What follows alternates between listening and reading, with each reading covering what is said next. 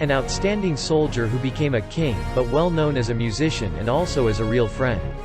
Yes, he had weaknesses also, but we can learn a lot from his life. Who is he?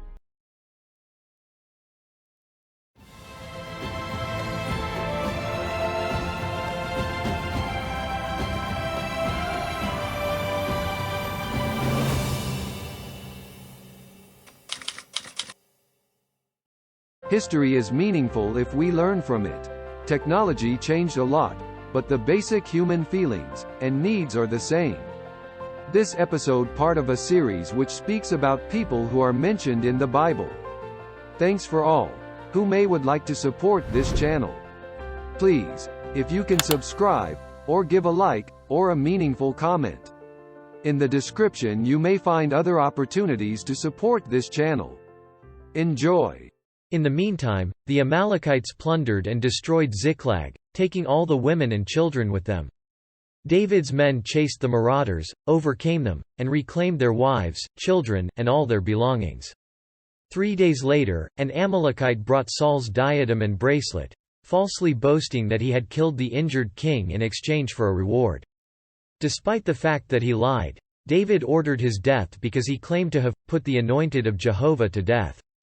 David as a king. David was heartbroken when he learned about Saul's death.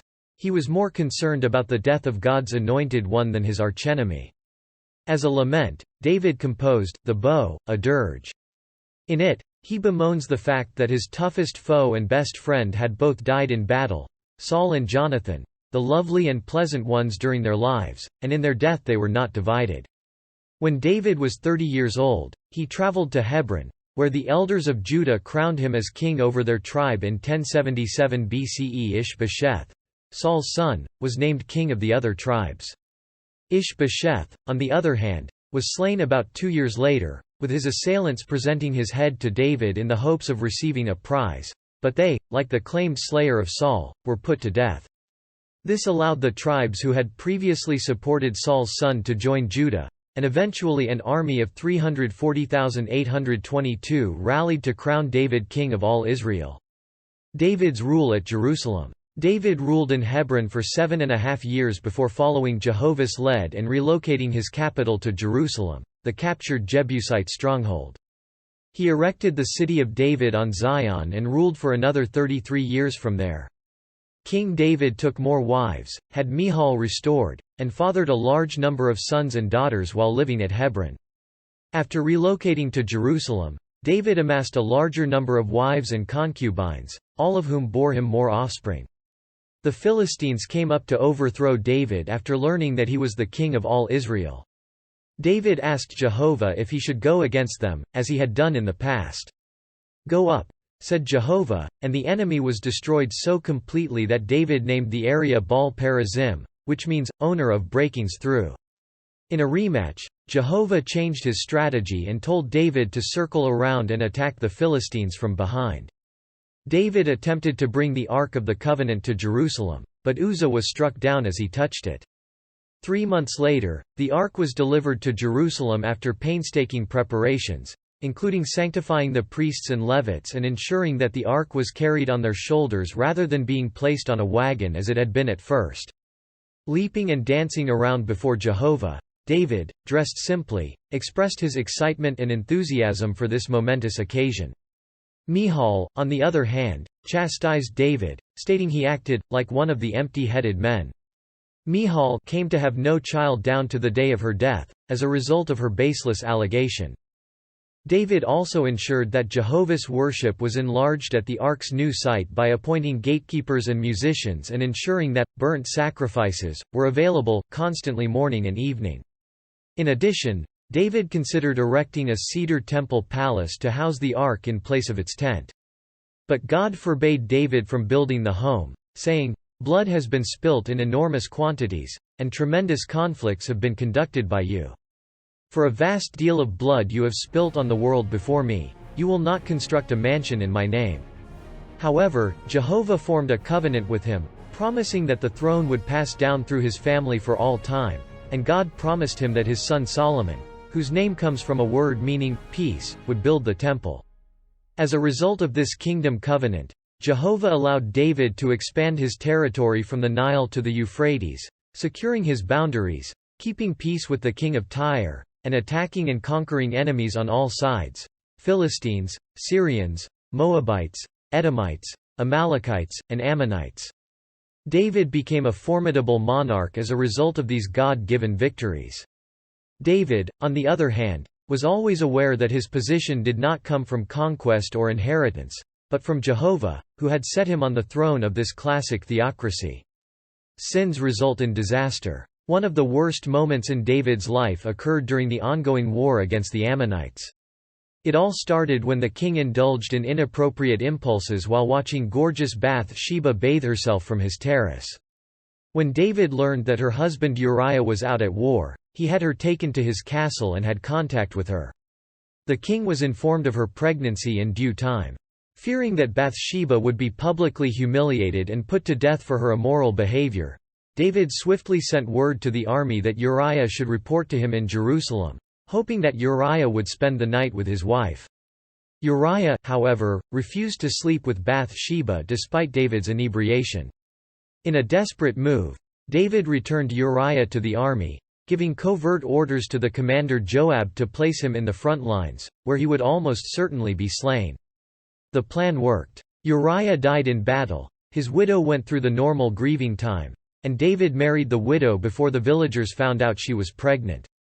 Jehovah, on the other hand, was monitoring and discovered the entire scandal. If God had allowed the matter of David and Bathsheba to be decided by human judges under Mosaic law, both of the wrongdoers would have been executed, and the unborn children of their adultery would have perished along with the mother. However, because of the kingdom covenant, Jehovah dealt with the situation himself and gave kindness to David, no doubt because David had given mercy and because God had observed repentance on the part of the wrongdoers. They did not, however, escape all punishment. "Here I am bringing up against you calamity out of your own family," God declared through the prophet Nathan. As it turned out, this was correct. Even though David fasted and wept for 7 days over the sick infant born to Bathsheba, the adulterous child died soon.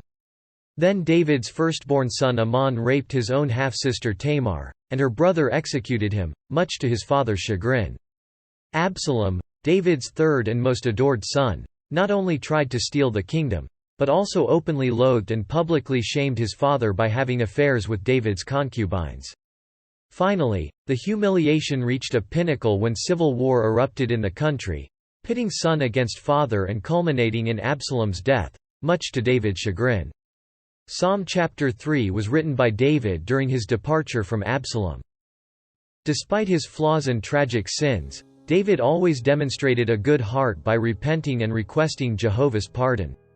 This was proved in the Bathsheba affair, after which David penned Psalm chapter 51, which states in verse 5, "Behold, I was brought forth in iniquity, and in sin did my mother conceive me." Another instance when Satan incited David to take a census of the men qualified for the military forces, David humbly acknowledged his faults. The purchase of the temple grounds. When the disease caused by the king's error in the previous instance was stopped, David bought Ornan's threshing floor and offered up the animals with the threshing sledge as a sacrifice to Jehovah. Solomon later constructed the Great Temple on this spot. David had always wanted to build that temple, and even though he wasn't allowed to, he was allowed to assemble a large task force to hew stones and gather resources, including 100,000 talents of gold, $38,535,000,000, 1 million talents of silver, $6,606,000,000, and unmeasured copper and iron. David provided gold of Ophir and refined silver worth more than $1,202,000,000 from his personal riches. David also inspired the architectural blueprints and organized the tens of thousands of Levites into their many service divisions, which included a large chorus of singers and musicians. The reign has come to an end. The 70-year-old king, now confined to his bed, proceeded to reap devastation within his household in the latter days of his life. Adonijah, his fourth son, attempted to establish himself as king without his father's knowledge or assent, and, more importantly, without Jehovah's approval. When David learned of this, he acted fast to have his son Solomon, Jehovah's chosen, crowned king and seated on the throne. Solomon was then advised by David to follow in Jehovah's ways, keep his statutes and commandments, and act wisely in all things, and he would prosper. David died and was buried in the city of David after a 40-year reign, having shown worthy of inclusion in Paul's honored list of great faith witnesses. Jesus quoted Psalm chapter 110, saying David wrote it by inspiration. David was frequently mentioned by the apostles and other Bible writers as a divinely inspired prophet. Pictorial. The prophets frequently mentioned David and his royal house, sometimes in reference to Israel's last kings who sat on the throne of David, and sometimes in a prophetic meaning. The focus of attention in some messianic prophecies is on God's kingdom covenant with David. For example, Isaiah says that the one called, Wonderful Counselor, Mighty God, Eternal Father, Prince of Peace, will be firmly established on the throne of David, to time indefinite. God will give him the throne of David his father, the angel said when he told Mary she would conceive a son named Jesus, Luke chapter 1 verse 32. Jesus Christ, son of David, was the legal as well as the natural successor to David's throne. According to Paul, Jesus was a flesh and blood descendant of David. According to Rome 1-3, the common people referred to Jesus as the Son of David. It was crucial to demonstrate this because, as the Pharisees admitted, Messiah would be the son of David. In Revelation chapter 22 verse 16, the resurrected Jesus himself testified, stating, I, Jesus, am the root and the offspring of David.